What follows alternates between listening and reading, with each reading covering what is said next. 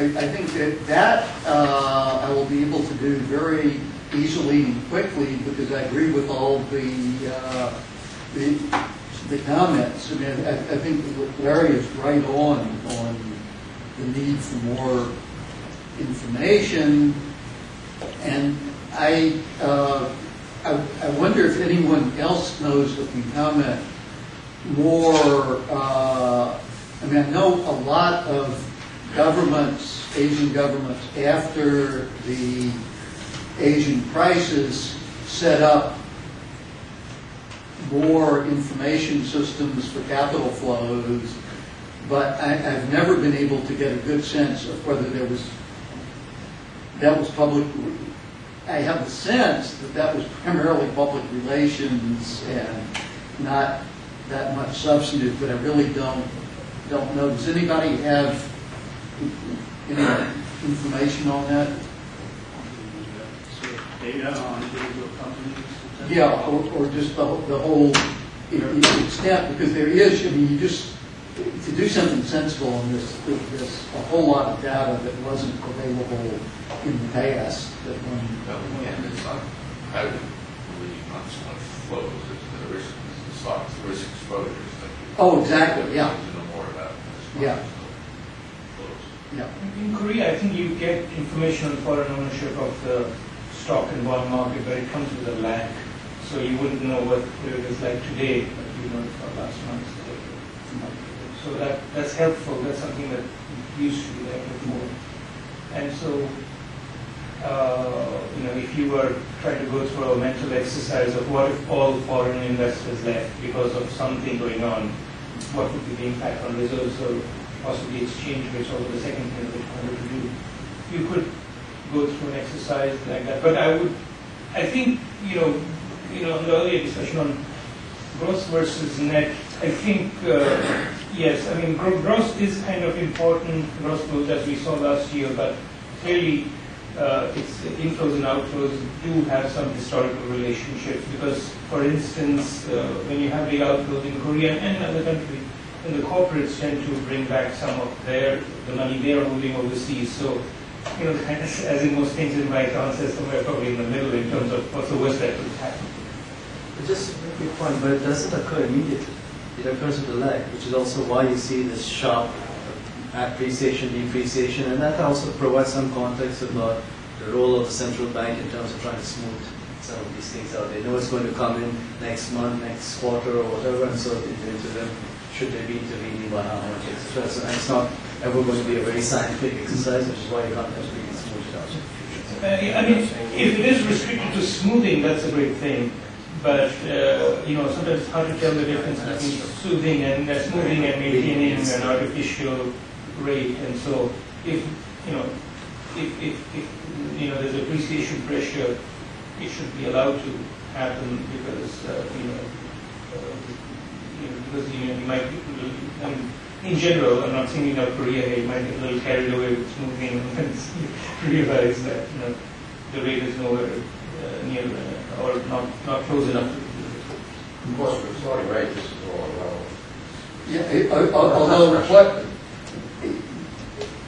what I should put the caveat that floating rates, I think for emerging market countries, I now think need more management than I would have thought before, just for these sort of temporary linkages, because the markets are not always as thick and so forth. So I think there is a stronger case for the sort of smoothing kind of thing. Yeah, but as you say, I mean, again, the Bank of Korea says it's only smoothing, but in the process of just smoothing, it quadrupled its reserves. And what's particularly interesting is if you look at the propensity to intervene, which is again the reserve change divided by the exchange rate change, when the yuan turned around and started appreciating again, the bank intervened to the extent that you can use reserve changes as a proxy for intervention. Their propensity to intervene to limit the rebound was stronger than the propensity to slow the fall. So there's very clearly they lean against the wind, and very clearly in an asymmetric manner. Unless the buildup of reserves was the objective of getting an unfair competitive advantage in trade, quote Article 4, right? Well, no, it was only to... For 3 or 4 years, to- that was a fairly good case. Yeah, I mean, because I mean, again, I'm now sort of convinced there's a first best ideal case for a lot more intervention than I used to think. But then when you look at the actual intervention, there's a strong tendency to oversmooth. Right, but we have time for Keishan's remark and maybe one or two others. Well, just going back to this issue of exchange rate in Australia. Australia, when they floated in 84 or so, they said, well, this is the best thing that Australia could have done. Look at moving to a flexible exchange rate. They have tried to convince other Asian economies about that. Most said, well, you're different. So the question is, and that's what we're struggling with. Are they different? Is it a matter of share of export to GDP, Asia being much higher than so the predominant source of demand in Australia's domestic consumption versus Asia? Or is it the financial sector that's different? Or is there an endogeneity aspect to this where you allow for more flexibility of financial markets, etc. will start developing? I don't know. I'm struggling with that issue. Again, so maybe then. One thing on the exchange rate, again, I keep coming back to it, but, part of... So do I. If you look at, in this crisis, where Korean reserves fell from about 265 to about 200, and now they're back up there, and sometimes look at, wow, 65 billion from the depth of the crisis in March, that's a lot of intervention. But it actually isn't, because you remember we spoke about the swaps, and a lot of it is unwinding of those swaps. So this is dollars coming back to the central bank that it had lent out. Go back to the crisis time when they were giving out the swaps. Otherwise, the exchange rate would have depreciated a lot more than it did. Yeah. So, so there is a certain symmetry in the sense they didn't allow the exchange rate to fall, and so now when the dollars are coming back, the intervention amount is relatively small relative to the build-up in reserves, but if you just do a cross-country comparison, Korea seems to have added 7% of GDP in reserves just since, or something, don't hold me to that number, but somewhere in that range since March, but it's not really intervention. So one has to, again, as always, the gory details will be what's happening. Exactly. And I should qualify my criticism of not intervening enough by, as Keishan said, Korea intervened a good bit more than almost anybody else. So it's a second order argument, not a first order.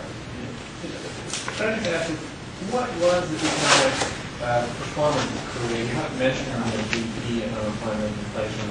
I mean, did Korea come out, despite the worries and the overshooting in the exchange rate, that always caused people to get all upset. But so my view is oftentimes I actually look at what really happened to real people in the real economy. It's not, sometimes it's very bad, and in the Asian crisis it was. How did Korea come out this time? How did it compare to other Asian countries? Did it come out better, or at least as good? It didn't do worse. In other words, the fact that it was most hard hit financially did not result in its being much harder hit economically. Or in the market? Than the typical Asian, but we don't really have enough. I haven't tried to do fully that kind of analysis because we don't really have the 09 data yet, fully enough to do it. Just looking at what's now in the forecast, it doesn't look out of line with a lot of the other economies. Some like Taiwan have gotten hit much harder, and others less. But it doesn't jump out. I don't know. Keishan, do you have a sense on that? I think in terms of bouncing back, they bounced back quite rapidly, more so than some of the other smaller Asian economies. Really one of the sharper Ds. Yeah. Right. Yeah. Okay, well, it's been a terrific discussion. I think Tom has made a major contribution. I think it's worthy of being used not just with respect to Korea, but also might be illustrative for a number of other countries. We got it worked, we got Schaefer on the back of the book, so I think I'll just close with this.